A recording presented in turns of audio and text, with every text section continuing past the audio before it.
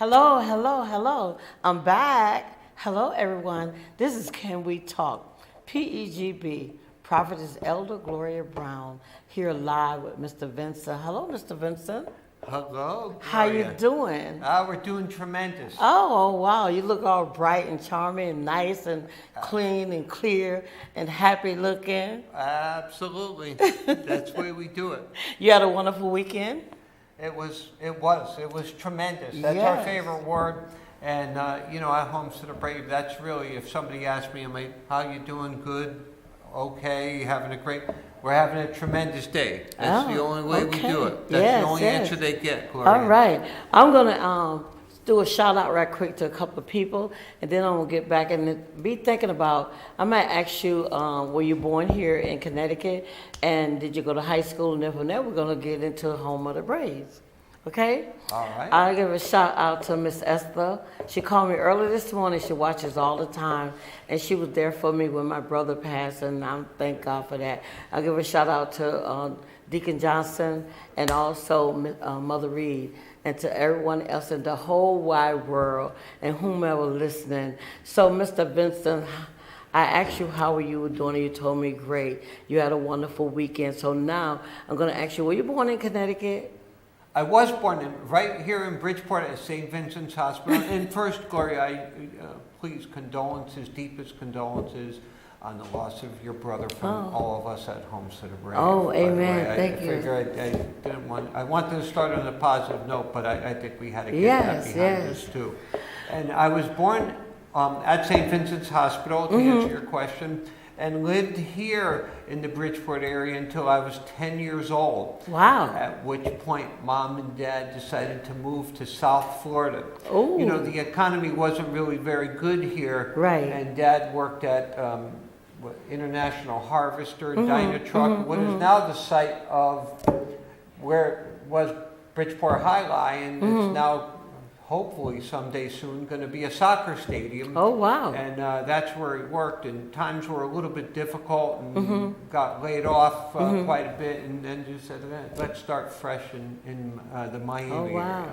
So that's where we ended up, and that's where I went to high school, to a spectacular high school by the name of Hialeah Miami Lakes in Hialeah, Florida. And we had 3,200 students in 3 grades. Wow. And it was pretty evenly divided. It was triracial, okay? So there were white students, black students, and Cuban American students. Wow. And we all got along great. So it was a very special Excellent. place. Wow. Awesome. Sound great. And then college? And then I went to college in Philadelphia at the University of Pennsylvania. Just a wonderful school. Wow. And, we had a great experience there. I majored in economics and political science, and that launched my banking career. And after school, you decided to get married and have a family. Yes, indeed. I met my wife while I was in college, and she was in college in New York at Ithaca College in the physical therapy program. So she's been an incredible physical therapist since 1986. Wow. And we got married in 1987. Wow. So that's 37 plus years if you're counting out there. And we have 3 terrific kids, a 33-year-old son, a 30-year-old daughter, and a 28-year-old son. Just turned 28 the other day. So, Beautiful family, beautiful family.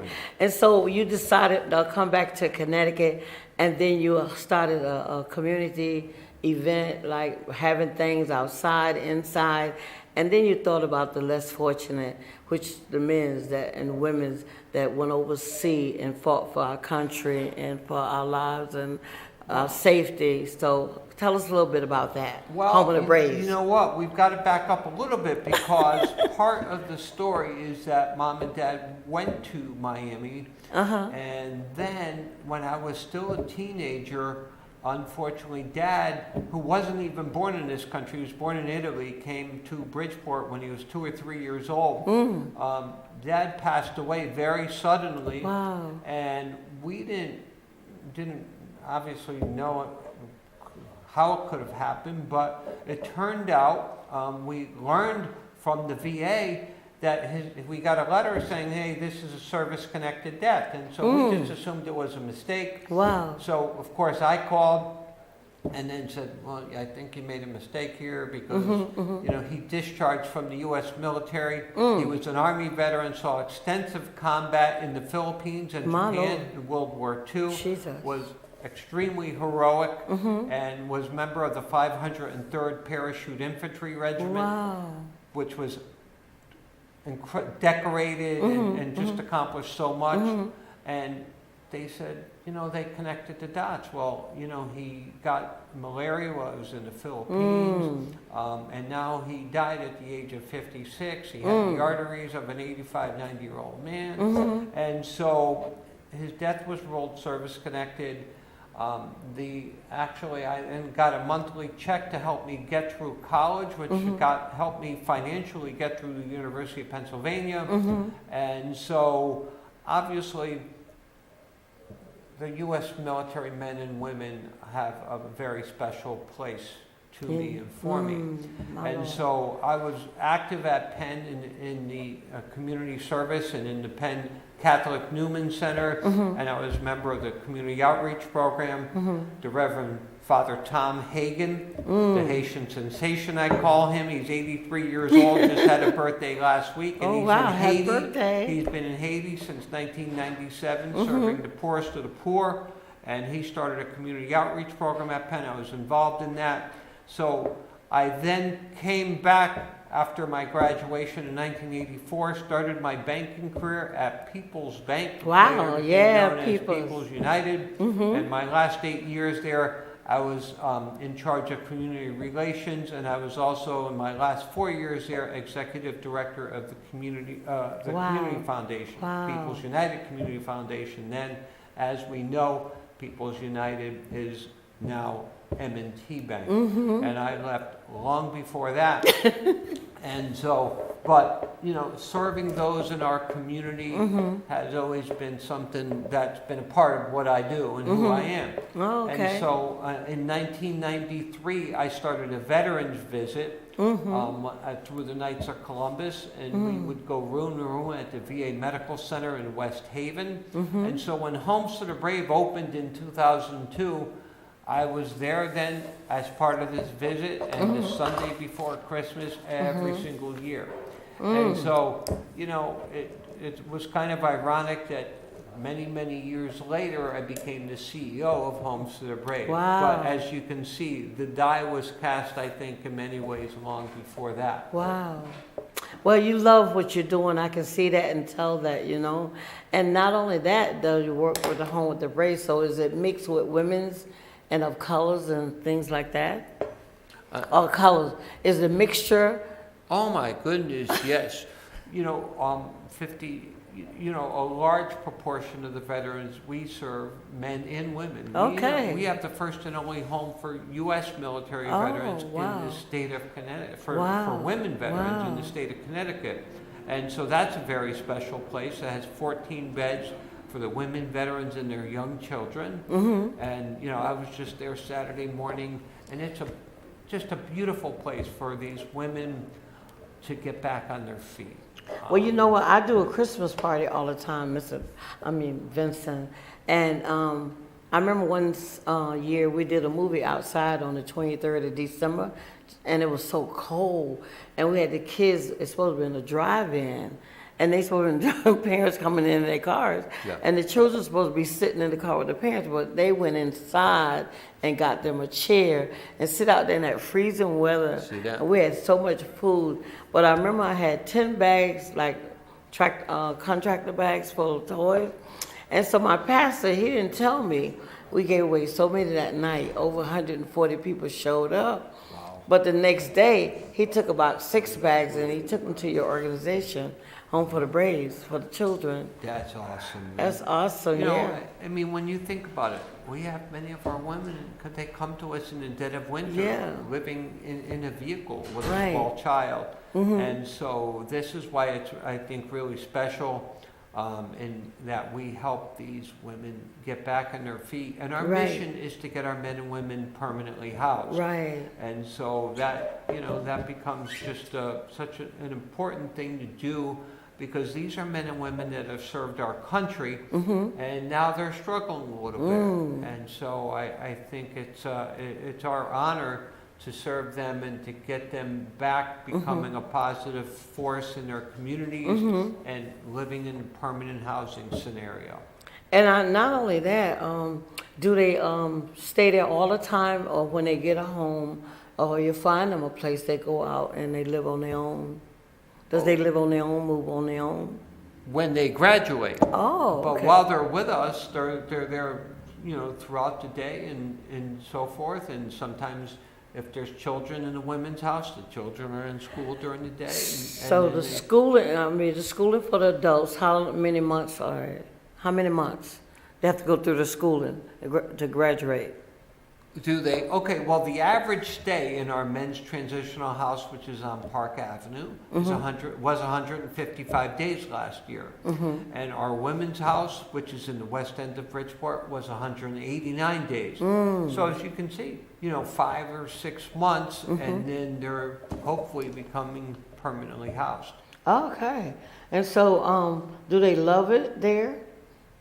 Do they? Do they love it being in the program? I think they do, but guess what? There's rules. I mean, Right. Okay, both houses are dry, so you have to abstain from utilization of drugs and alcohol, and so they are randomly tested. There's a blood alcohol level and tox screenings take place on a random basis, and so our men and women, I think, have to conform to those rules, which sometimes 72% of our men and women are experiencing mental health and addiction issues. So it can be challenging. Wow. But at the same point in time, they have, I think, beautiful facilities. Okay, they're fed there. Okay, there's clothing. All their toiletries are taken care of. Wow. So this enables them to really focus on, maybe it's working, saving. Maybe it's even, we have a couple of our veterans at Housatonic Community College this semester. We have one in the welding program at the University of Bridgeport. Wow. That's going to be able to come out Okay. and really be on a great career path. wow. So we have a clinical program, we have a vocational program, and we have a service center, a walk-in Okay. drop-in service center for Wow. veterans and their family members in downtown Bridgeport, right across from Joseph's Steakhouse. Oh. So we have a lot of things going on, and it's all designed to really get these men and women on a positive path. Oh, wow, my God. That sounds terrific, because let me tell you something. There's a lot of people that come home from service and they no longer have a family at home. Right. Sometimes the husband or sometimes the wife, they make a decision to go elsewhere and don't want to be bothered with them no more. And so when they come home, they have to find somewhere to go. And I thank God for your door being open to allow them to walk in and get that education and knowledge and all the things that they need to prepare them to get back out in the community, because it's service and the community, two different things. Right. So Well, I mean, without a doubt, and challenging. sometimes it's difficult to transition back. Some of the things that they experience or Right. encountered in the military, make it difficult yeah, for it them. does, yeah. And then, of course, transitioning from military life to civilian life is, again, could be Yeah. a challenge and It could be a difficult task. Yeah. So, we are really designed to help them make that transition. And I understand when you were talking about the nightmares, because sometimes they can come home and if they've been somewhere like Vietnam or still you got older gentlemen that been through the Korean War still living. But sometimes when they wake up at night, they wake up in sweats and they wake up and howling out in their sleep, or either tormented by hearing the sound of a bullet or a sound of a horn blowing the time to get up and go to your cubby hole or go wherever you had to go. So I salute you for having a door like that, because, I know when my brother came home from somewhere, he had nowhere to go. His wife had decided to leave him, took everything that he had saved in the home, and so here he was on an empty space, than nowhere. But I thank God how He allowed me to go down and He got a studio. I furnished it all from. I didn't have springs for a bed, but you know what I did? I went and got 15 milk crates, and I made three, and put a blowed-up mattress on it, and it gave him linen and an antique rocking chair, and it felt good till he got on his feet. And then he went and got his own place bigger than what he had. That's wonderful. So you're tremendous. I know your wife is very proud of you and your family. Well, and likewise, she's an incredible physical therapist. But, when you think about the mission of Homes for the Brave, Yes. I mean, it's a wonderful mission. It is. And we're just so excited. It's an exciting time to be there right now because we just installed an elevator. Mm-hmm. So, we've now, veterans can access different parts of the house from the basement all the way up to the third floor. And I said, that's really important because the veterans are getting, we're seeing some, that are older and navigation can be a challenge for them. We only had stairs before. Oh, wow. So we have a new wing and we're just waiting for, we have a temporary CO, a certificate of occupancy. We're waiting for the final one. And then, we have, suites for some of our veterans. And so it's pretty exciting. Wow. And so that's just, a big piece of the puzzle, I think, for us is to then help these, help our veterans be comfortable in the facility and be able to move around and access programming that's on all different floors of the building now, which we're moving. We only had it in the basement before. So now we're moving things around. Now, is this the men's facility or the women's? This is the men's facility on Park Avenue, which has 42 beds. And of those beds, 5 are DMIS, Department of Mental Health and Addiction Services beds. The other 37 are all allocated to and for our U.S. military veterans. Wow, awesome. Like I said, I salute you and I thank God for you because you know what? A lot of people don't want to do things like that. But you take time out of your busy schedule. And now I know you have another job that you do, and that is being like the coach for the women's basketball team. Yeah, that's fun. Thank God, we're all, in a sense, I'm able to do the show because we don't have practice this afternoon. But we now are launching, our season opens next Friday in New York. And so, but that's a joy. I'm in my 6th season as an assistant coach at the University of Bridgeport women's basketball team, and we have 18 terrific young women and an awesome head coach, Jimmy Howard. And so, we're excited about our season, and it's fun. It's literally, seconds away, really. I'm parked and inside the gym in 3 minutes when we're practicing. It makes it all possible for me to really. Now, do the young ladies, they live here in Connecticut? Well, they're all students at the University of Bridgeport. Okay. So we have 1 or 2 commuters right now, and all the rest of them are living on campus.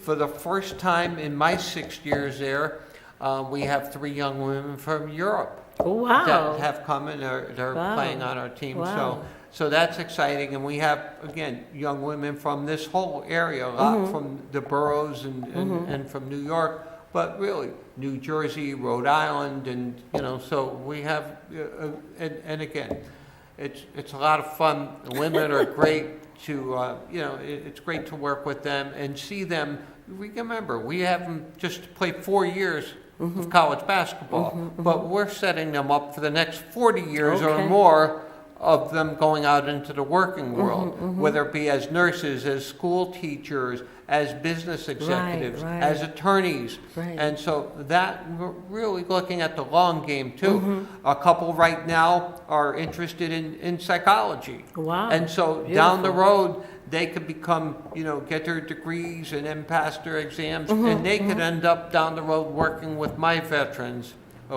and helping them with their mental health issues. So it's nice to see it all kind of Turn working around, together. coming back together. Yeah. Now, you look like you was a little bit over 6'1". Did you play basketball in college? No, not, where I went, University of Pennsylvania, when I got there, they were just coming off a Final Four appearance, so I was nowhere good enough to play on that particular team. But then, I played for many years here in the Bridgeport Industrial League for People's Bank at the time, and played a little bit of football in my time, and a lot of other sports, racquetball and other things, and so. Do you like tennis? Well, I was a high school tennis player, but haven't really played beyond that. I then really gravitated to racquetball, and had the opportunity to play many years at the national level and have a lot of fun. That's just a great sport and a great workout. And my youngest son just turned 28, and he's a spectacular racquetball player. And, wow! And so it's all competing now. And so whatever the sport, and I coach also in addition to the University of Bridgeport women's basketball team. I will be in the spring going into my 38th season. I think that just means I'm old. No, you're not. With the Special Olympians. Wow. So I coach a Special Olympic soccer team. It's now called the Fairfield Strikers, but we have special athletes from Bridgeport, from Trumbull, and from Fairfield comprise that team. I have 8 young men and 1 young woman, and so that is just it's a joy. Where you get your energy from? I don't know. Well, from above, I guess. Yes, it does. Where it all comes from. I mean, you look like you're real young. You look like you got a spring gentleman. And I want to ask this question. Do you think with the Home with the Braves young ladies, and you found a gym here in Bridgeport, will you also bring your team and let them play and they sit back and watch for the community? Well, you know what? It's funny because we post the schedule, and many of our veterans do come to the games because it's right down the street and they enjoy watching. So they'll come to a number of the games this season. Oh, okay. And, our schedule is we're 28 games, 14 on the road, but 14 are home. Okay. And so, it's fun, it's exciting, and, so. You got to give me an invitation and tell me how much it costs, and I'll come and visit one day. Yes. I will. Yep. Okay, awesome. well. Awesome. Yeah, well, you know what? We're just talking to Mr. Vincent. Can we talk? And that's what it's all about. Talking about the things that we do out there in the community, because all is well. Remember the Shunammite woman? She didn't have much of nothing, anything. But this gentleman have a lot of goals and ideas and things to do for you out there. So, you need to visit him. You can visit his CEO. He's the CEO for the Home of the Braves and all that. And let me tell you something. He got a great heart, and his heart is wide open, not for foolishness, but for goodness and grace and mercy and love and peace and humility. So I'm just saying to give him a visit and let him know that you enjoy watching him and that you enjoy being around him and knowing that he's doing a great, fantastic job for the people. Can we talk about whatever is going on in your life? And then when you speak to him, he will talk about what's going on in his life, and he don't hide anything. He just set it straight, tell you like it is, and you don't have to get a map. He'll give it to you himself. So can we talk? I just want to say, Mr. Vincent, God is good. He's going to give you everything that you need and more than enough. And your best is yet to come. And all you got to do is just wait on it and watch and see. And I when I met you at the festival, you know what? I had him confused about someone I thought had ran for governor. He looked just like that gentleman that at the Connect Church up there on Park Avenue. And they had about 1,000 people there. And the man walked up to me and asked me my name and my phone number. But I think I know why he did that. But he looked almost like him. So when I met him again, I told him I thought he was the gentleman that was running for governor. He said, no, not me. And so, but he's running for your life. They're speaking to your life to help you improve your life and help your life to change. And that's what it's all about. Is there anything else you would like to say to the people out there in our audience? No, it's funny you mentioned the political thing. Back when I was in college, that's something I found pretty interesting. But these days, and the way things seem to be in the political arena, to tell you what, Gloria, you couldn't even get me to run for dog catcher. I wouldn't. So, but it's fun doing the things I do and getting to serve our veterans Yes. and our Special Olympians, and of course our women's basketball players at the University of Wow, Bridgeport. wow. So, you know, it's those are all blessings, really. Well, we having a big Veterans Day coming up on the 9th of, we do it every year, coming up, and we also give out citations. And we've been looking for some veterans to come. This year is November the 9th, God's will. And so we feed them, Pivot Ministry come, and stuff like okay. that. We just have an excellent, great time on a Pastor Saturday. Richards, the man. Yeah, and they sing. Oh, they had two guys there. I'm gonna tell you, they should have been like my daughter, Carnegie Hall. Those guys take the roof oh, off, they're put the amazing. roof back on. They're amazing. And one of them was an Italian guy, and the other one, I think he was Irish. Oh my God, we sit there like, what? I mean, beautiful. And then there's a lady out of Westport. She trained young women and boys that want to keep them out of trouble. She's from Carnegie Hall. And her husband is a big, not a banker, but what you call it when they collect all the money that come into the state. He's like a Treasurer. Yeah, treasurer. That's what he does. And she goes out and she trains all these young people in these homes, you know, that people done throw the key away, don't want to be bothered with them anymore. She goes and trains them how to sing and get the choir together and bring them to Carnegie Hall. She's out of Westport. But when you hear her singing, oh my God, it is so good. Well, I'm just going to say to Vincent, I love you. You got to come back again. And we had a great time today. Can we talk? And Mr. Vincent, what you want to say to the people before you end? We got 60 seconds. Okay, well, we have 3 exciting events in November coming up at Homestead of Brave. November 2nd, the Veterans Kickathon. But November 11th, Veterans Day itself, Sherwood Island, Westport, we have a 5K Honor Our Veterans Run Walk. So please consider coming out. You'll have a great time. Okay, we're going to say shalom, shalom, peace, love.